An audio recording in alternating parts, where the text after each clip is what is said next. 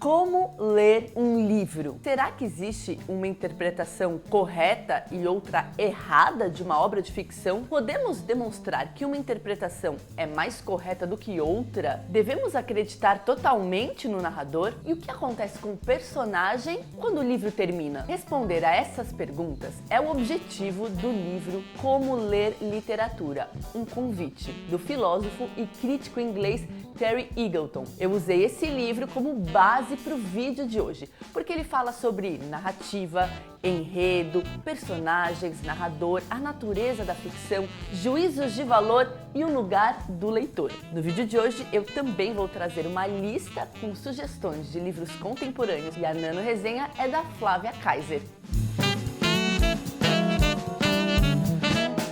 Para o autor, a chave para desvendar uma obra literária é leitura vagarosa. E eu já falei desse tema aqui no canal, em um vídeo bem especial, o link vai aparecer aqui em cima, onde eu uso outros termos para falar a mesma coisa. Nesse vídeo aqui eu falo de leitura atenta, que é uma prima irmã da leitura vagarosa. As obras literárias, além de relatos, são peças retóricas. Exigem um tipo de leitura especialmente alerta, atenta ao tom, ao estado de espírito, ao andamento, ao gênero, à sintaxe, à gramática, à textura, ao ritmo, à estrutura narrativa, à pontuação, à ambiguidade, de fato, a tudo que entra na categoria de forma. Em uma obra literária é muito mais importante como se diz do que o que se diz. Vocês concordam comigo que uma mesma coisa, um mesmo fato, um mesmo evento pode ser contado de milhares de formas diferentes? A literatura é o tipo de escrita em que o conteúdo é inseparável da forma em que ele é apresentado. Ou seja, a linguagem é fundamental na experiência de leitura. Ela não é mero veículo para se transmitir uma informação. E é por isso que a pergunta, mas sobre o que é esse livro? É uma pergunta incompleta, porque ela coloca a luz somente nos temas de um livro. E é claro que a gente quer saber que assuntos que uma obra literária trata, mas quando a gente se restringe a essa pergunta para analisar uma obra literária, a gente acaba deixando de lado justamente o aspecto da forma. E eu adoro falar sobre forma literária, porque eu acho que a gente melhora como leitores e melhora na leitura do mundo em geral, quando a gente aprende um pouco mais sobre o que constitui a forma. O autor dedica um capítulo inteiro só para analisar o início das obras literárias. E ele traz vários exemplos de livros clássicos, inclusive a Bíblia. Eu vou transcrever aqui o início da peça Macbeth, de William Shakespeare. O trecho é um pouquinho longo, mas eu prometo para vocês que vai valer a pena. A primeira cena traz as três bruxas conversando. Quando teremos nova reunião? Com chuva, raio ou trovão? Quando a lufa-lufa terminar, a batalha se perder e se ganhar. Antes do pôr do sol será. E o lugar? Na charneca. Para encontrar Macbeth. Estou indo, gatinho. O sapo chama. Já vou. O puro é sujo. O sujo é puro. Cruzemos o turvo ar escuro. Esse início já dá o tom da obra. Nesses 13 versos, há 3 perguntas, 2 logo no começo. Ou seja, a peça começa nessa atmosfera interrogativa. Todo o texto de Macbeth é cheio de perguntas. Algumas perguntas, inclusive, são respondidas com outras perguntas, o que cria uma atmosfera de desconfiança constante, ansiedade e incerteza. Reparem que no verso com chuva, raio ou trovão também existem 3 itens. E é um pouco estranho, porque esse verso sugere uma escolha entre 3 condições atmosféricas supostamente diferentes, quando na verdade elas costumam acontecer juntas. Uma tempestade geralmente traz chuva, raio e trovão. Perguntas querem certezas e distinções claras entre as coisas, mas as bruxas subvertem tudo isso. Elas distorcem as definições e invertem os opostos. E é por isso mesmo que elas dizem que o puro é sujo e o sujo é puro. Tá, antes que vocês achem que eu vou começar uma aula de português aqui, eu só preciso dizer que essa ambiguidade está presente na obra inteira. E para a gente entender Macbeth, a gente precisa captar essa ambiguidade que está na forma. Para o crítico Terry Eagleton, um dos erros mais comuns dos leitores é justamente desconsiderar a literariedade, ai que palavrão, de um texto e pensar nos personagens como pessoas de carne e osso. Alguns personagens são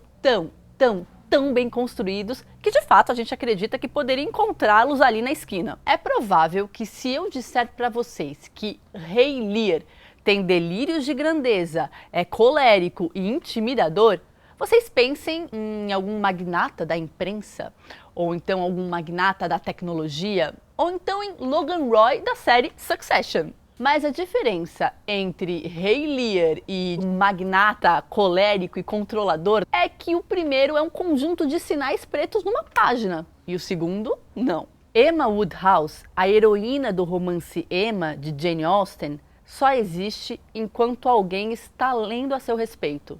Se não houver ninguém lendo a seu respeito num determinado momento, hipótese bastante remota, em vista da qualidade do romance e dos bilhões de leitores de língua inglesa no mundo, ela cai na não existência. Emma não sobrevive ao final de Emma. Ela vive num texto, não numa grandiosa mansão no campo. E um texto é uma relação entre si mesmo e um leitor. E olhem que legal, o autor destaca a origem e os vários significados da palavra character em inglês. Além de personagem, essa palavra também pode significar uma letra, um símbolo, um caractere ou o caráter de alguém. Character vem de um termo grego bem antigo que significa sinete ou timbre que imprime uma marca específica. Daí passou a significar a marca característica de um indivíduo, para além da sua assinatura, da sua letra. Portanto, um character era um sinal, um retrato ou uma descrição de um indivíduo específico. O termo foi evoluindo e em um determinado momento passou então a designar o caráter, como a gente entende hoje, de um homem ou de uma mulher. E é claro que isso tem a ver com a transformação da sociedade como um todo. No individualismo moderno, os indivíduos passaram a ser definidos pelo que eles têm de característico, aquilo que é a marca de cada um, inimitável. A Idade Moderna traz um pouco essa noção de que o que temos de diferente é mais importante do que aquilo que temos em comum. Lady Macbeth, por exemplo, é o que é por conta da sua ambição desmedida, o seu temperamento feroz, aquilo que ela tem de único, e não porque ela ri ou espirra, algo que ela compartilha com muitos outros personagens. Bom, gente, dá para eu ficar falando desse tema por horas, porque eu realmente adoro fazer análise literária. Mas dá para entender então que para analisar uma obra, um enredo ou um personagem, a gente precisa fazer uma leitura atenta, vagarosa, porque esse é o caminho para encontrar o que é específico da obra e do personagem.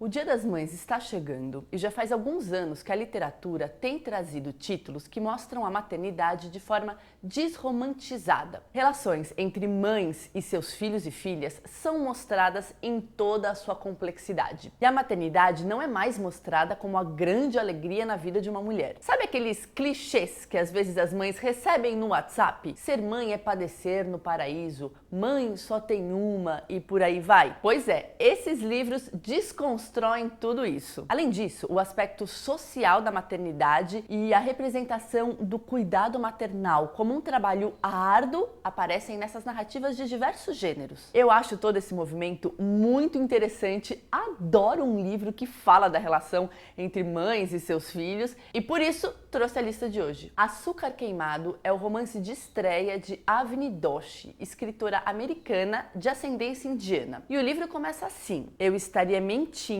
se dissesse que o sofrimento da minha mãe nunca me deu prazer. Eita! O livro gira em torno da relação conturbada e cheia de ressentimento entre Antara, a filha e narradora, e a sua mãe. A mãe de Antara começa a mostrar sinais de demência e episódios de esquecimento. E Antara, então, se vê com a responsabilidade de cuidar da mãe, mas essa reaproximação entre as duas traz à tona rancores que a filha guardou durante muito tempo. Quando Antara era pequena, a sua mãe saiu de casa, levando a filha junta, para morarem em um ashram, uma espécie de comunidade de eremitas. E a vida da menina foi marcada pela negligência. Bom, e agora ela tem então a missão de cuidar de quem na verdade nunca cuidou dela e lidar com os traumas e com memórias de infância. Açúcar Queimado foi finalista do prêmio Booker Prize em 2020 e uma adaptação para o cinema está em negociação. As Alegrias da Maternidade, da autora nigeriana Bushi Emecheta, acho que é assim que se pronuncia, é um soco no estômago. Esse livro, com título irônico, foi escrito por Bushi Emecheta logo depois que a sua filha foi morar com o pai, seu ex-marido que a violentava. O livro conta a história de Ninu Ego, uma mulher criada para ser uma boa mãe. A maternidade é o seu grande sonho, mas ela tem muitas dificuldades para engravidar e sofre não só com as suas próprias expectativas, mas também com a pressão social para se tornar logo mãe. Quando finalmente ela tem seus filhos e se torna então uma mulher completa na visão daquela sociedade, ela conhece as alegrias da maternidade, mas também todas as dores e dificuldades de criar os filhos praticamente sozinha. Bushi Emecheta foi uma das maiores inspirações para Chimamanda Ngozi Adichie. Inclusive, a Bushi Emecheta passou a ser publicada no Brasil por uma indicação da Chimamanda. Olhem só o que a Chimamanda disse sobre o livro. Eu amo esse livro por sua vivaz inteligência e por um certo tipo de compreensão honesta, viva e íntima da classe trabalhadora na Nigéria colonial. Tem livro que deixa o leitor meio confuso. Isso aqui é romance, ensaio, autoficção, um pouco de tudo. Pequenas Resistências, da canadense Rivka Gauchen, é assim. Essa mistura de gêneros dá à narrativa uma forma muito singular. Nesse livro, a autora divide reflexões e divagações sobre a sua maternidade. Ela também traz algumas informações sobre a vida e a produção literária de escritores homens e de escritoras mulheres mães. Por exemplo, Toni Morrison teve 2 filhos e escreveu o primeiro romance aos 39 anos. Já o escritor Saul Bellow teve muitos filhos, muitas esposas, muitos livros, o primeiro deles aos 29 anos. A escrita de Rivka Gauchen tem ironia, tem humor e ela faz muitas observações espirituosas sobre as pessoas que gostam e desgostam de bebês. Além disso, ela faz algumas associações bem únicas. Por exemplo, ela repara que a cor laranja estava bem na moda em roupinhas e artigos infantis.